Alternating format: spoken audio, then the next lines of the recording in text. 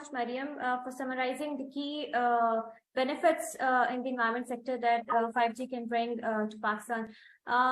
With this, I would like to request our next speaker, Mr. Omar Malik. Since you are from the Ministry of Telecom in Pakistan and you're representing the public sector here, so I would like to request what is your take, without asking any technical question, just your take on how the 5G can be adopted in Pakistan and what regulatory framework can enable its adoption in the country. Over to you, sir.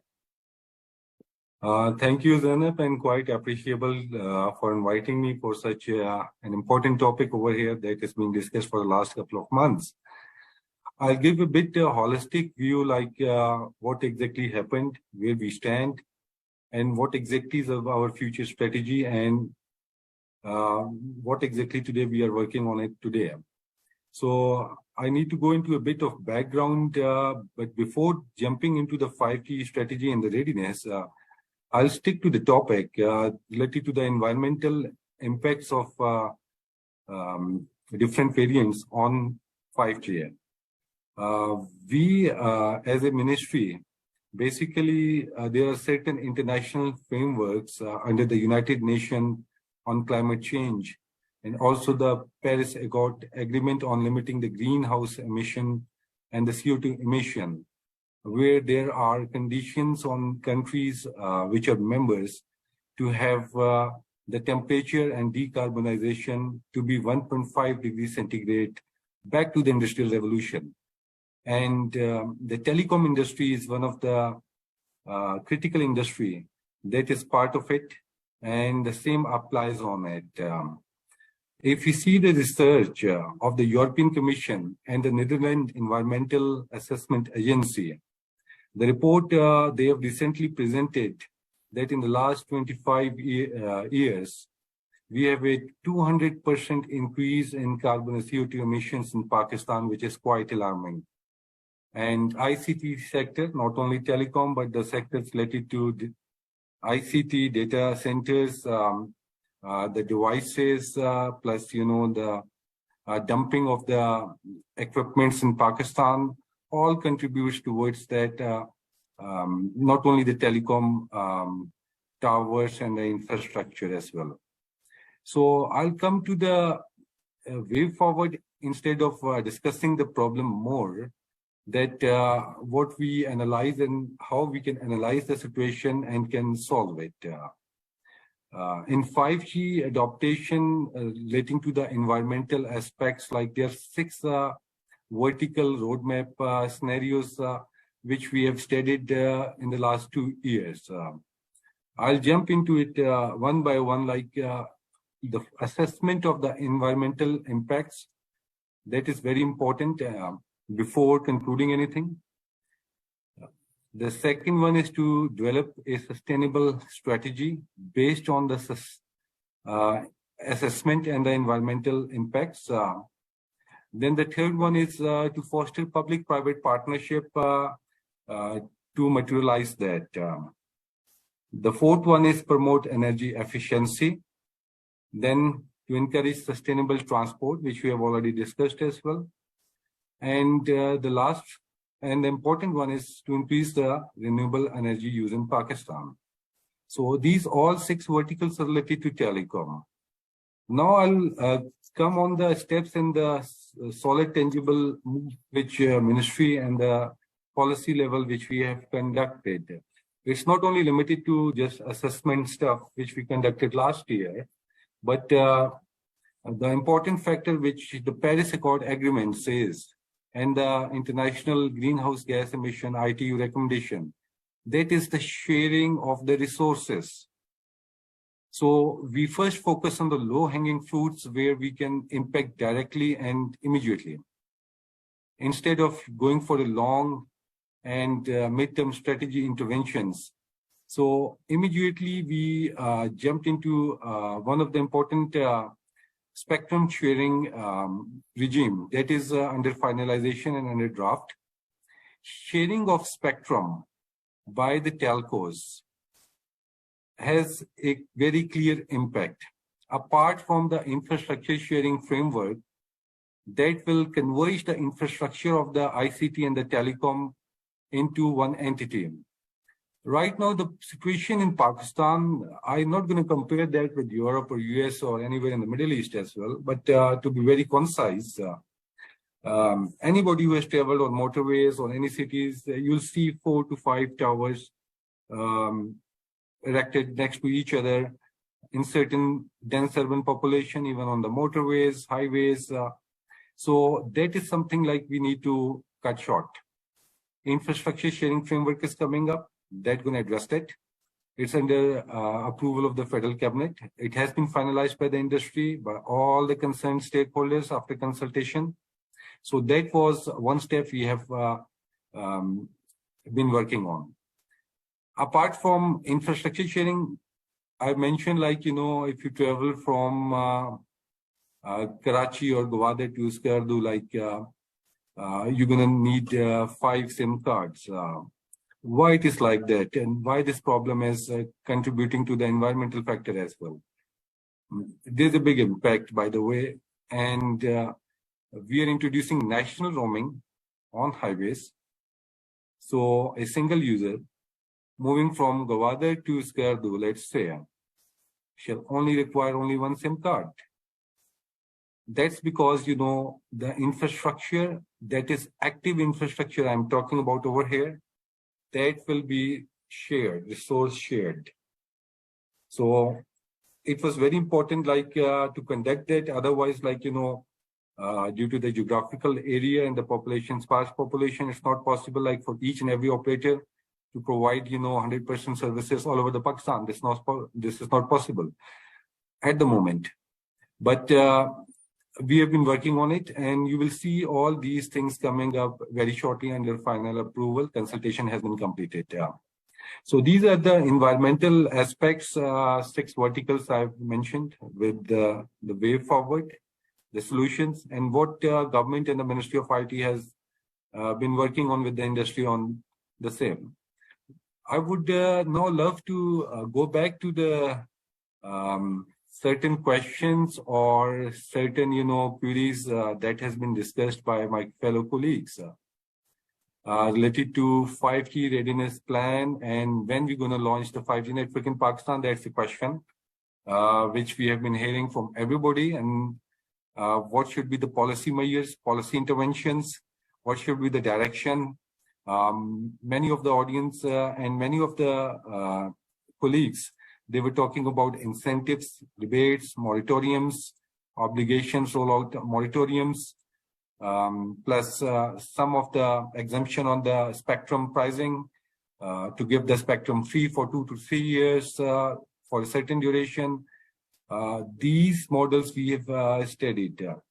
But I'll just go back to our first colleague that initiated the talk initially, mentioning the showstoppers initially being faced and that's being perceived by the industry. One was the 4G penetration in Pakistan, which is less. So that I've heard from here. Secondly, the optic fiber penetration that is not at par excellence to launch the 5G networks in Pakistan. This was a second concern. The third one was the device availability and the affordability for the 5G network. So this was also, I was hearing from my colleagues, which were very well said. Then we have the spectrum pricing and the dynamics of spectrum auction, including the pricing in PKR or USD. One of our colleague, I think so Mr. Aslam had mentioned that as well. And then the sharing of the 5G resources. This is another step. I'll go into details like in 2021, with the help of the World Bank, we have conducted a study with all the industry stakeholders that were domestic over here in Pakistan, as well as internal and external stakeholders and the manufacturers of the 5G and the suppliers of the 5G networks all over the world. And we studied almost like 165 networks to conclude, you know, how we can effectively launch 5G in Pakistan as per our economic dynamics, as per our per capita income. That is very important over here to discuss.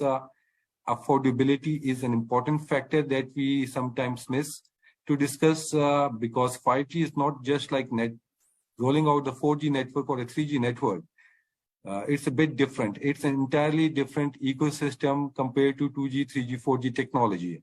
So the differences we need to understand in the type of capital investment, CapEx and OpEx for 5G, and the current infrastructure situation in Pakistan, that we first need to analyze, which we have done that.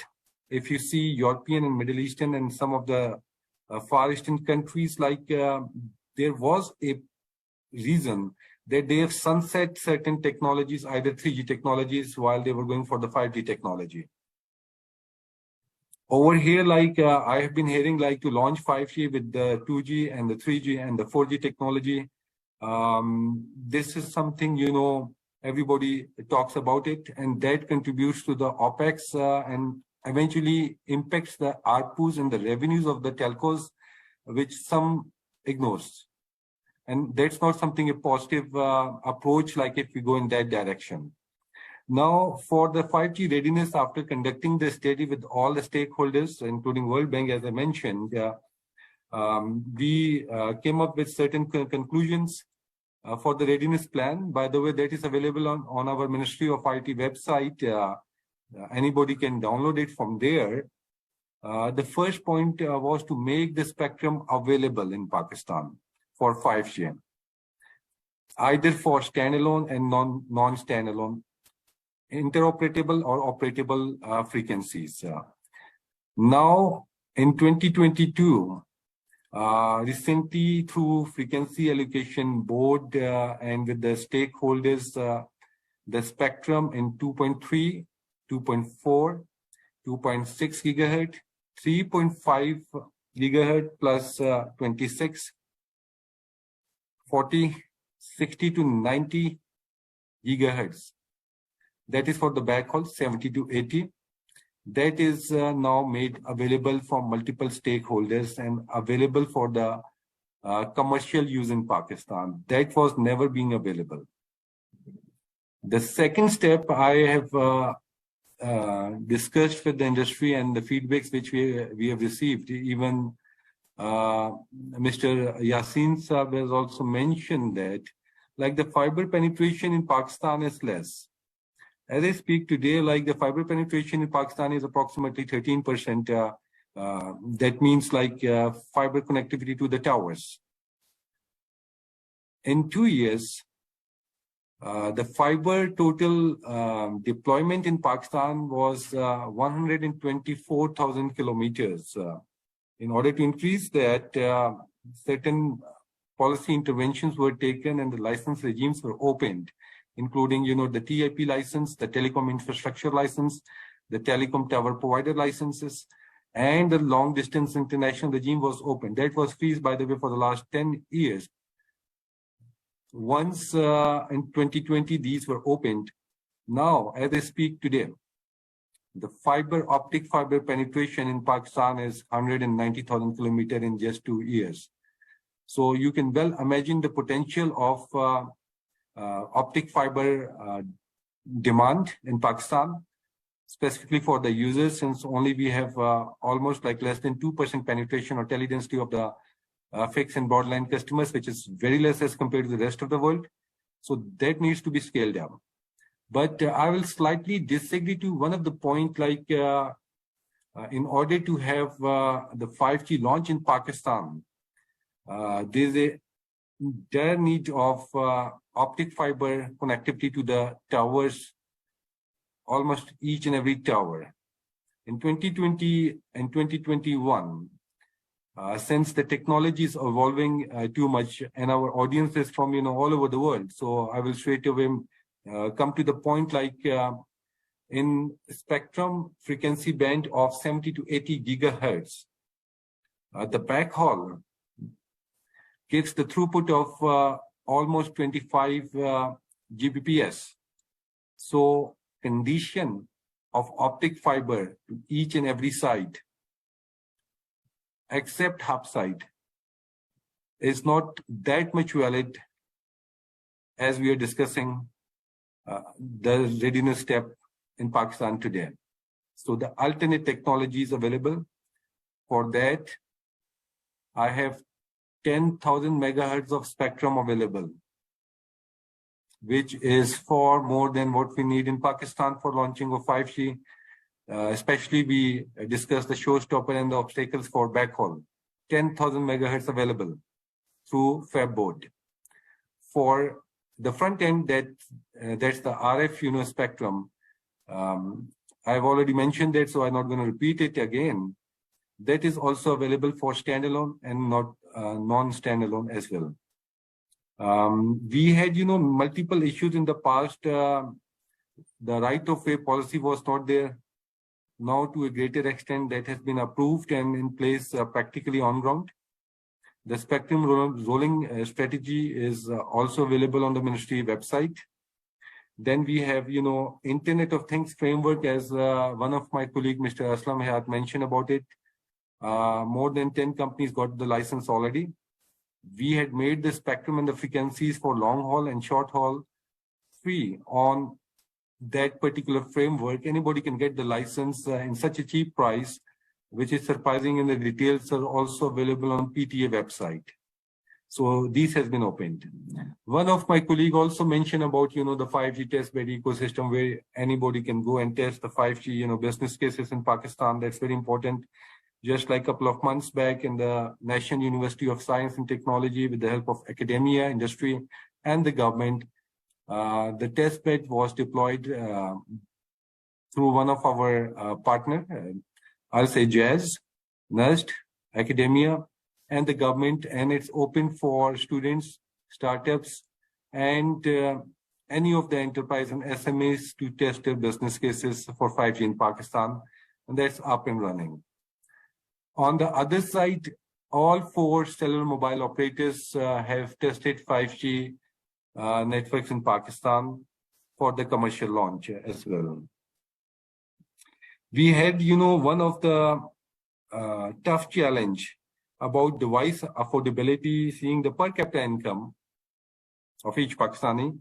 So device manufacturing was very important, and 31 licenses were issued. 16 units were operational in Pakistan. Last year production, I can say it was 25 million domestic smart devices production, including feature phones. And once all these units will be operational, 31 units, it's almost like 50 million devices each year. Out of that, the current tele density or penetration of 5G devices is approximately 4.5% in Pakistan. But the major factor is affordability to launch it successfully. One of our colleagues mentioned about, the business cases for 5G is not that much conducive as per our environment, seeing the incomes affordability. I'll also slightly disagree to that. Reason being, 5G is not something a mobile technology or a smart device technology anymore. That's a complete digital ecosystem, including all the emerging technologies, which one of my Australian colleague, I believe so, Mr. Rahman from Australia, or somebody mentioned that it's a blend of IoT, AR, VR, Wi-Fi 6E. Somebody has mentioned, yes, the framework is coming up for that on 3.5 gigahertz frequency. That's under completion. So it's the complete inclusion of all these things. So these basic reservations which industry and which were important for the launch of 5G networks were more or less addressed. Now we are at the stage where we are looking on the overall country economic dynamics and the financial situation where it's more conducive for investors to invest on the technology. The purpose is not to have a partial step-by-step approach for only 2, 3, 4, 5 cities, just to launch few towers with the 5G technology, but to include the complete digital inclusion in the Pakistan economy. And for sure, the contribution for 5G, one of my colleagues said, it's almost in 2 to 3 years, we can say it's approximately $4 to $5 billion US in terms of GDP contribution. That's something, an attractive proposition. In 2021-22, like we had $2.1 billion investment in the telecom sector only. In the last 5 years, like $6.7 billion USD we had in the telecom sector. The important step for launching 5G now is like, a conducive environment for telcos, where they feel, a stable investment and return on investment. That is their basic concern at the moment. And majorly, the comments we receive is about the rupee to dollar parity, basically the stability in the rupee value against the dollar. Because for investors, they straight away look for the returns, ROIs, and the ARPUs. The step which we have taken for the ARPUs, one of my colleagues also mentioned about that. It's very low in Pakistan compared to the region at 0.98 USD. That also needs to be addressed. It's not something, just we head towards the 5G network. By the way, I've launched 2 5G networks globally. The first one failed as well. There were reasons and good experiences as well, which we gained. In Pakistan, like the subscriber base has been increased by all the telcos a lot. CMOs I'm talking about at the moment. That was the primarily focus. Prepaid subscribers and the subscriber base. The shares you can just check from the PTA website for each and every operator. It's available. But that is not something very positive approach in terms of digital inclusion only by increasing the subscriber base while putting aside the fintech, postpaid customers, value-added services, and the TMT on the other side. If you see like in Australia, in US, some of my colleagues are from there, and even in the Middle East, telecom is not only treated now as a pipe for data transfer anymore. Still over here, the strategy is towards like provisioning of data services. That's not enough. So evolution from, traditional telecom industry to a digital, fully inclusive model that includes 5G ecosystem is basically the demand. And that's why we are here. Apart from the environmental factors, which I've already mentioned, and how we can achieve that successfully. Launching something without any, positive impact has no value, to be honest. Just for the sake of wishes of all the people, like we must launch it. And that's not bringing any positive thing to the citizens of Pakistan. Will not be positive stuff. Basically, once we formulate the policy directive, it's based on 3 verticals we discussed multiple times. Like the first priority is the citizens of Pakistan.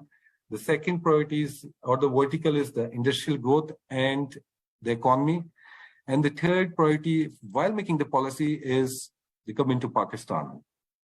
So we need to align all these things together in our framework and readiness plan uploaded on the ministry website.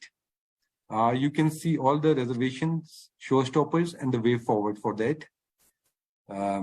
Hopefully, like now we are in a position, once the things become more stable, to launch that, commercially launch that 5G networks in Pakistan with the business cases and with all these financial inclusions. So I will close my discussion on that because it's a very long, if you go in details on each and every topic, I think so we can go for hours and hours of discussion. And even if there are questions related to the ministry or the governments, feel free for that. And thanks a lot and thank you very much. Quite appreciable. Quite appreciable. Thank you so much, sir, for highlighting the basically the government's perspective on 5G and also for highlighting the 5G readiness report, that study that was conducted with World Bank.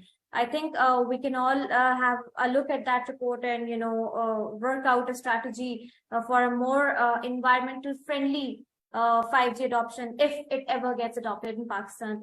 And also SDPI will be preparing a brief on this after the webinar. And we would like you to have a look at the brief and, if the recommendations can be taken up by the government, and if our recommendations can be included, I think that would be, a more inclusive approach towards adopting this kind of technology. Thank you for your time. And now I would like to request our next speaker, Mr. Fawad Server, for his opinion on the overall discussion that we have done on 5G adoption in Pakistan and its environmental implications. Over to you, sir. Thank you very much, Zainab, and Assalamu alaikum all. I'll share my screen now.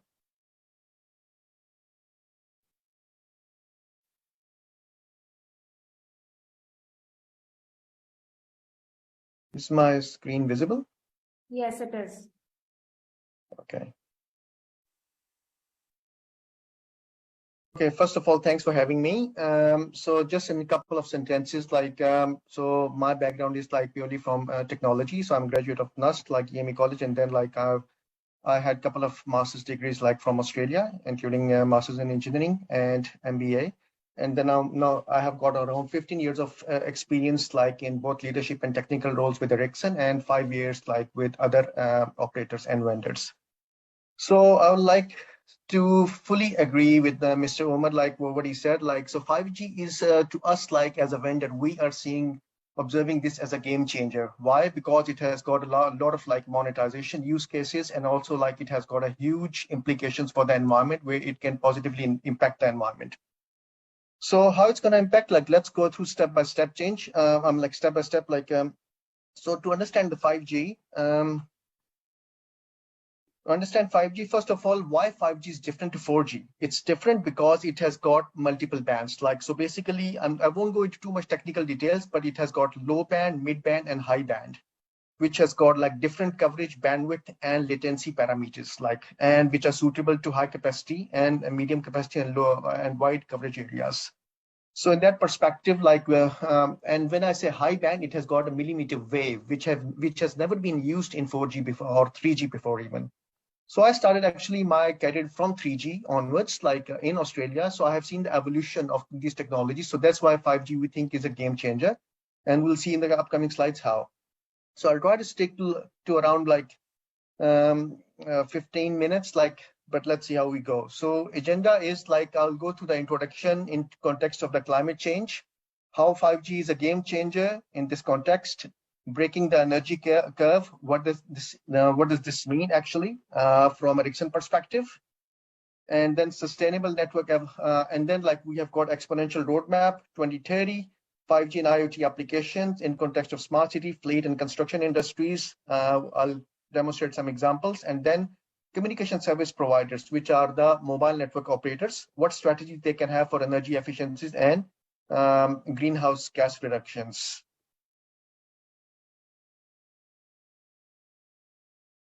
So the slide is very texty, but I'll go through very quickly through the introduction. So the Intergovernmental Panel on Climate Change, actually the scientists gathered today, and they have raised alarms that the global warming crisis is getting out of control. And during the last industrial revolution, the Earth temperature has risen by 1.1%. And that's why they have given a responsibility to the tech industry as well, and observe where the tech industry actually disrupts other industries. So in Australia, what we have seen is we have seen some unprecedented heat waves, unexpected rains and flash flooding, snowfalls and bushfires, to name a few, in the last few years. And that's why we are heavily capitalizing on this technology, how it impacts the climate change. And hence Australian government and companies are actually under intense pressure to transform the way energy and materials are generated and consumed to quickly reduce the greenhouse gas emissions. So the target is to reduce the global greenhouse gas emissions by half until 2020, and then achieve the net zero by 2050. So how it's a game changer? Sorry. So 5G, what we anticipate like is a built on most energy aware standard to date. How we will cover in the upcoming slides.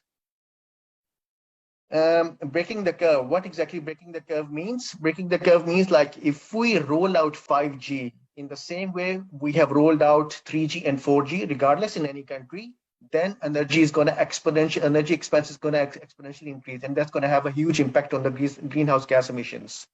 Ericsson thinks that we will be able to break the energy curve through, and approaches are discussed in the upcoming slides. So the mobile network operators have estimated that their energy consumption will double if because the customers are data hungry.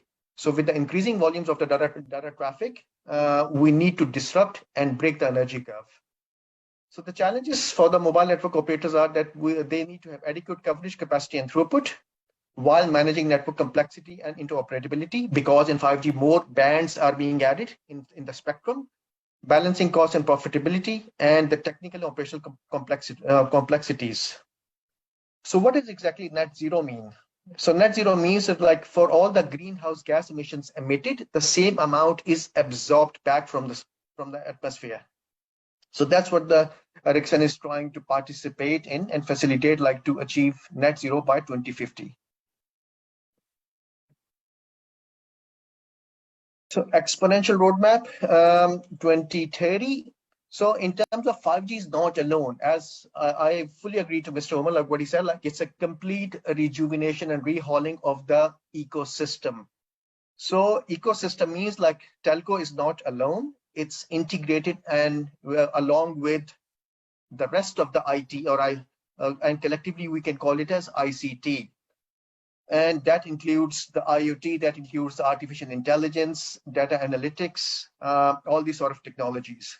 So the digital sector is responsible for just 1.4% of the global emissions, but it has an outsized influence on the exponential transformation to 50% emissions by 2030. Why? Because the digitalization will disrupt all industries across the globe.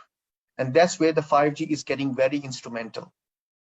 Digital services have potential with tenfold their own footprint to reduce the energy. So this exponential roadmap of 2030, the report consists of three main blocks, and the ambition is to not let the temperature increase more than 1.5 degrees centigrade in the next decade, with the transformation of various industries. And they have proposed 36 solutions to cut the greenhouse gas emissions by 50% by 2030. So I'll go through some of the IoT use cases, and then I'll comment like briefly like how these use cases are actually contributing to climate change, and how, and of course, like adoption of 5G Pakistan can go on the similar path. So in terms of the IoT smart cities, smart cities are basically, we can use 5G with the enablement of IoT, AI, ML, and data analytics to reduce the traffic tenfold. And why are we saying this? Because we can employ massive IoT and critical IoT. And in massive and critical IoT, we can have IoT sensors where basically they are continuously providing the data for better traffic management to reduce the congestion on the roads. And then vehicle to infrastructure and vehicle to vehicle communication. So Ericsson thinks like anything which gets benefit from connectivity will get connected in the next few years. And that's where the IoT comes in the picture. IoT enables smart traffic lights because they will continuously gather the traffic data, and they will optimize the data back in the cloud, and it will control the traffic congestion, and commute behaviors of subscribers will change.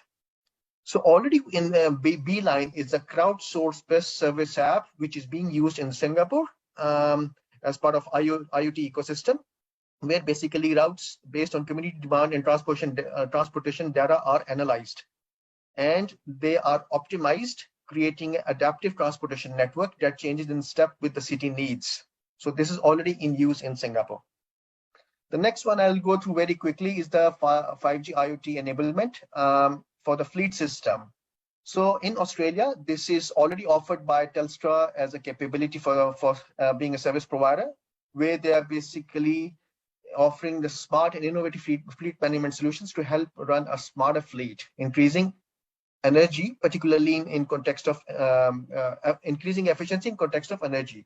So here you can see that like they are making, it can facilitate in making daily scheduling easier, delivering on customer promises, automating the workflows, impacting the decisions, where we can gather more actionable insights, ensuring driver safety and more resilient fleet.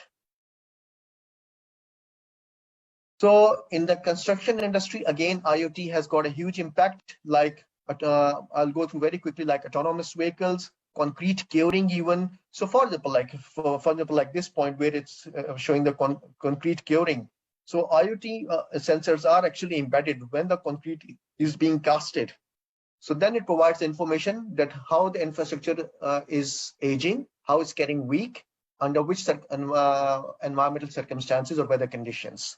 So that's a huge gain in terms of like okay, whether we need to deploy machinery or manpower, or whether we need to reconstruct or refurbish or whatever. So it has got a huge implication there. Now, even though like mobile operators, like they have got a small contribution in the carbon footprint, but like I'll go through some of the strategies what the mobile network operators can go with for breaking the energy curve. So Ericsson proposes that like a three-pronged approach. The first is the sustainable network evolution, which is embracing a holistic view for network planning and operation. Number two is expand and modernize the existing network. And number three is operate intelligently using AI and ML. So these are three key points in breaking the energy curve. So sustained network evolution, like, so if you look at this, like 6 boxes with a circle in between, you can see that like we have got like network KPIs. So we want to sustain the KPIs with adoption of 5G, but we need to reduce the capex because we need to reduce the energy cost. And while we maintain the excellent user experience, where with more bands in the spectrum of 5G, we have got more data flowing through the pipes of 5G or through the networks all across the globe. And then we need to, the objective is to achieve the net zero, and we need to have circular economy where we can introduce recycling, for example, like hardware recycling or this sort of stuff.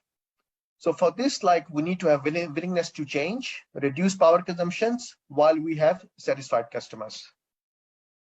Now, traffic and energy patterns, like so how the traffic profiling can help. So on the left-hand side, if you can see that like traffic segmentation, you can see that like, okay, that the red dots are the sites which bring 25% of the total data volume. So these are the sites which are contributing the highest in the data volume in terms of percentage.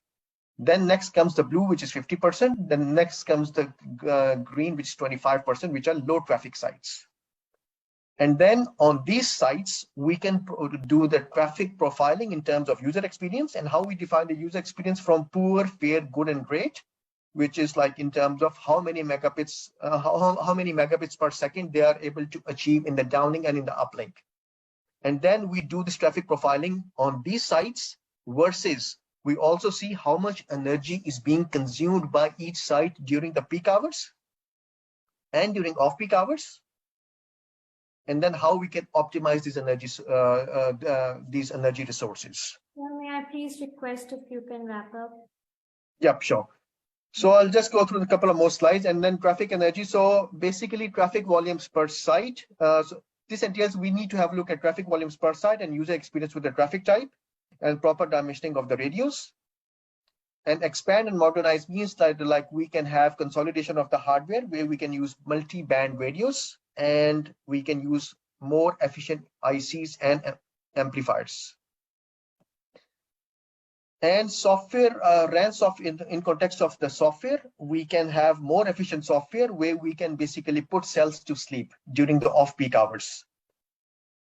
And then in terms of operations, we can have AI and ML based intelligent operations, where basically we can employ data analytics, smart energy efficiencies, to not only manage the active part of the RAN network, because RAN actually contributes to 75% of the energy costs in a mobile network operator.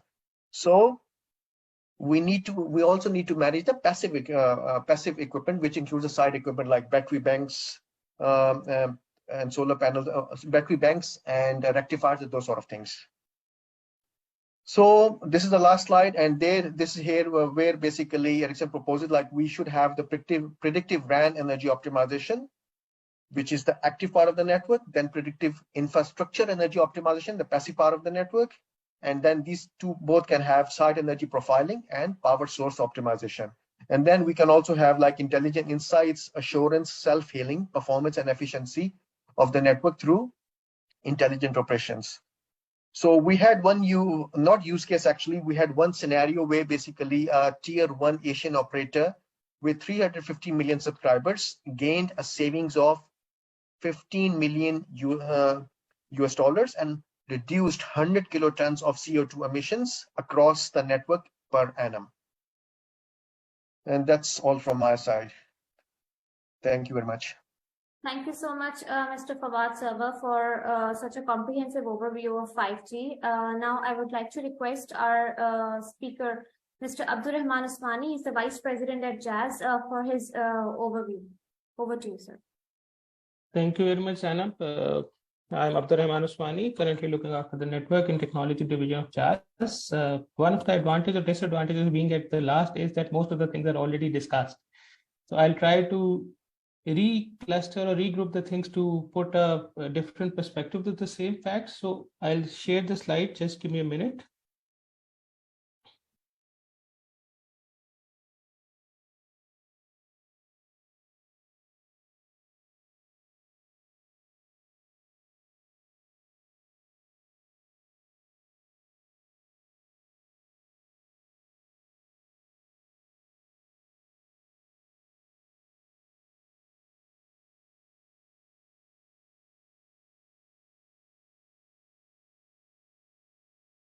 As you may see here, 5G is not really a revolution. I would quickly go over these things. Previously, all the mobile generation were evolution of the previous generation with something to add over. 5G is more or less a revolution. A revolution, it is in a way that it introduced new verticals that should work with new business models. And this revolution itself has been evolving over time.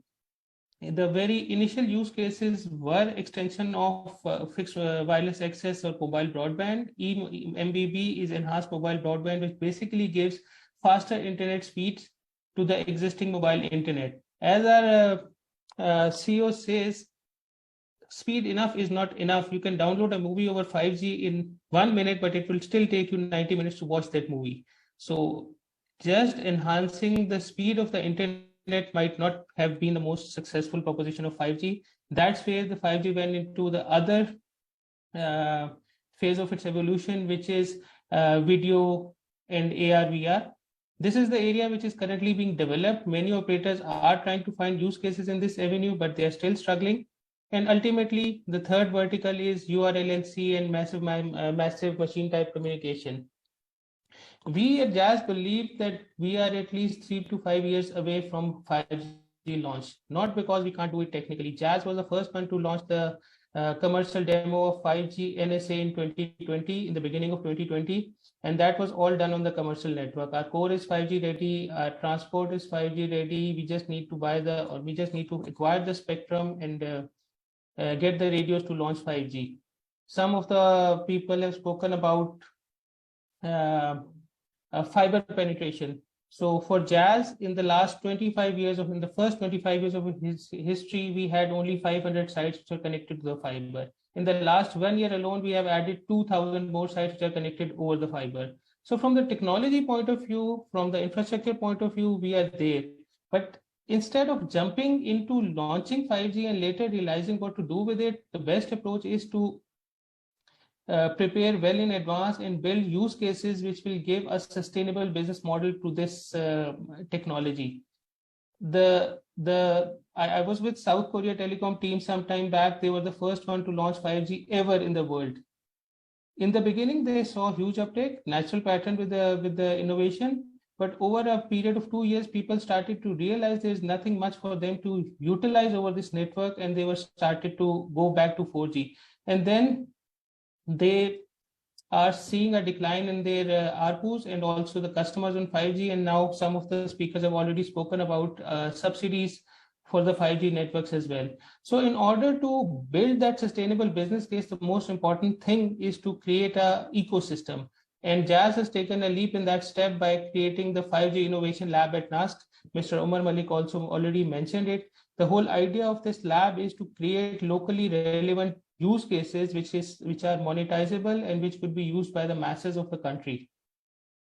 Most recently, Arcelic, which is the owner company of the Dowlands, has also created the R&D center at NUST. And we are already working on building IoT use cases with Dowlands in our NUST lab.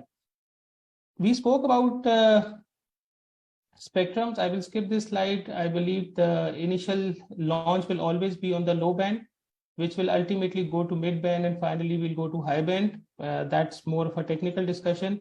So EMBB use cases that are being told right now is VR, AR, content, broadcast. Again, these are the things which are not mature yet, and I believe they will be mature in the coming years. They are not ready yet. Other use cases of URLLC is self-driving cars. I believe we need to put really good effort in building connected cars in Pakistan, building smart grids in Pakistan, building a remote diagnostic infrastructure in Pakistan, developing infrastructure around sensor interaction. We need to build smart traffic solutions as well.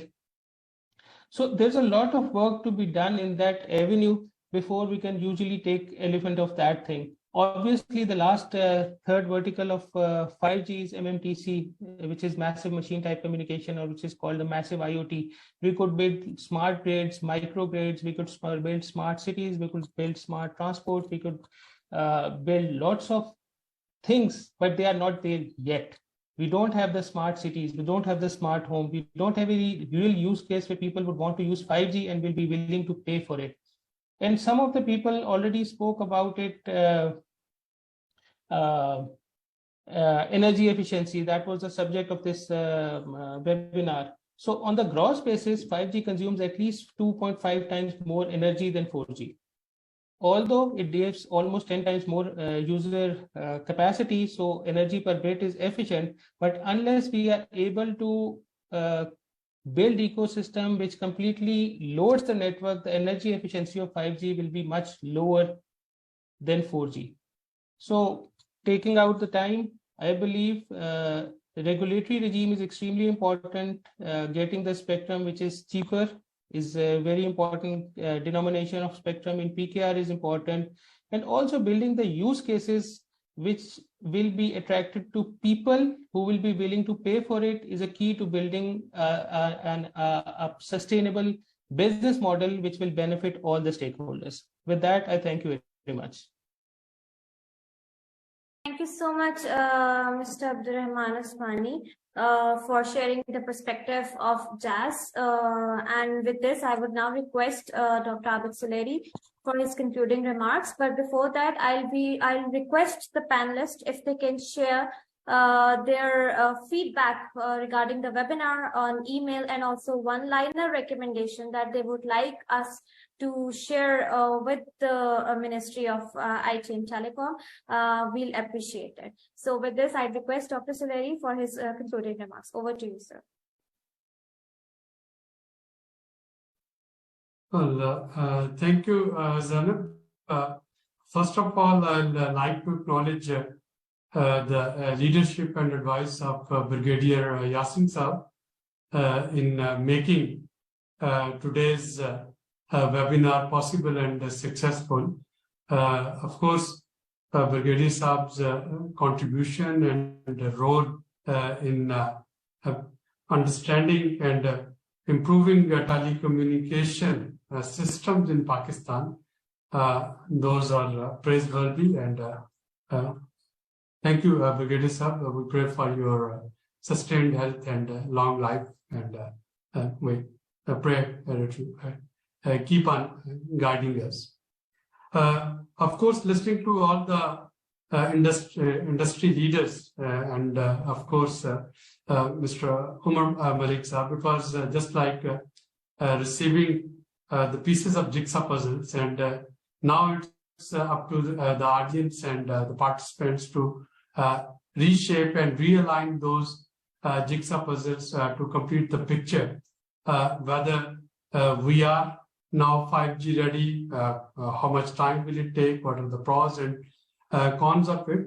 But one thing is quite sure that if one looks at the evolution and innovation in history of humanity, each and every problem, it comes with its own solutions.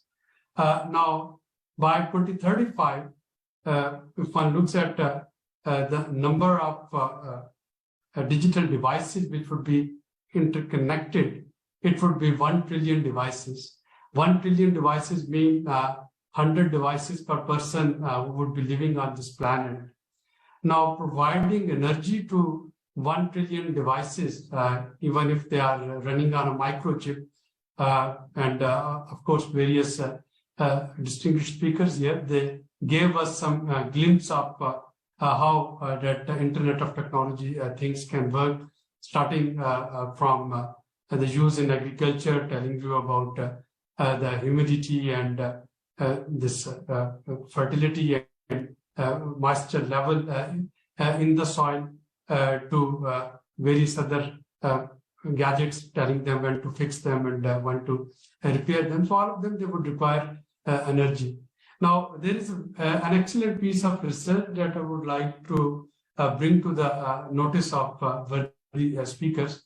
Now, I'm trying to go away from the written notes which were prepared for me, and telling you that so that not to repeat anything, but one of the important things that I want to highlight, and it is a recent paper produced by researchers from Georgia Tech Institute, Dr. Alan Age and others.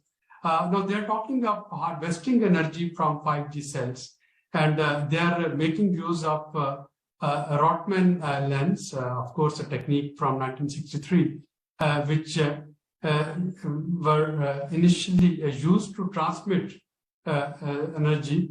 Now they want to use that technology to harvest energy, and they say that with the micro antennas, the size of a playing card or maybe less than it, which is printed on flexible substrate, they can actually capture electromagnetic waves emitted by 5G, and that sort of antenna can be placed with each and every connected device. Otherwise, the number of those batteries which would be required to keep 1 trillion devices energized, it would require 4 times more lithium than we are using today. So they say that with the help of this Rotman lens technique, working on millimeter bands, which are, as the speakers told, are not being used from 24 gigahertz to 100 gigahertz, they would be able to harvest energy, and the size, the maximum distance from which they can harvest that energy, the minimum distance is 100 meter, which is size of a 5G cell. So it would automatically become a self-energizing technique. So the use of 5G, although if it is energy intensive, with the help of new energy harvesting techniques and harvesting energy from the air, from electromagnetic waves, it would be able to reduce our carbon footprints. It would be able to reduce the energy required to keep all those machines and all those gadgets working. So, of course, it is a reality. It is now getting unfolded. Yes, we know that due to this Huawei controversy, perhaps the journey to embarkment of 5G, it got slightly delayed, but then the technology is improving as well. I think he was mentioning about the use of clouds. Again, if one looks at use of cloud with the 5G and the type of mergers which are happening, whether it is the merger of Dish with Amazon Business Services, or the merger of Reliance Jio in India with their own cloud services. So that would again reduce the carbon footprint of 5G. It would reduce the cost of 5G due to the problems which Brigadier Saab mentioned, and which I think Khalisa mentioned in the beginning, and the letter that the telcos wrote yesterday about the network rollover in Pakistan, the problem that they are facing. And one of the demand which is made, and I'd like to endorse that demand, that telco services, those need to be considered as essential import. So under the notification of State Bank, 27 December, I think, if I remember correctly, 27 December 2022, the telco services, they are not considered as essential or priority services for import purposes. But we need to understand that the communication is one of the essential service of modern days era. So their import needs to be prioritized. One hopes the clouds of uncertainty from our political and from our economic landscape, they fade away, giving us opportunity to embark upon the clouds of the web clouds to actually be ready for 5G and fifth industrial revolution. And to me, the technological problems can only be solved through technological opportunities, and we need to get ready for technological opportunities. Thank you very much, all of you, from joining us from different parts of the world, Australia to America, for making us more knowledgeable on this aspect and making us more wiser on this aspect. I'll request Brigadier Saab for his last comment before we leave. Thank you.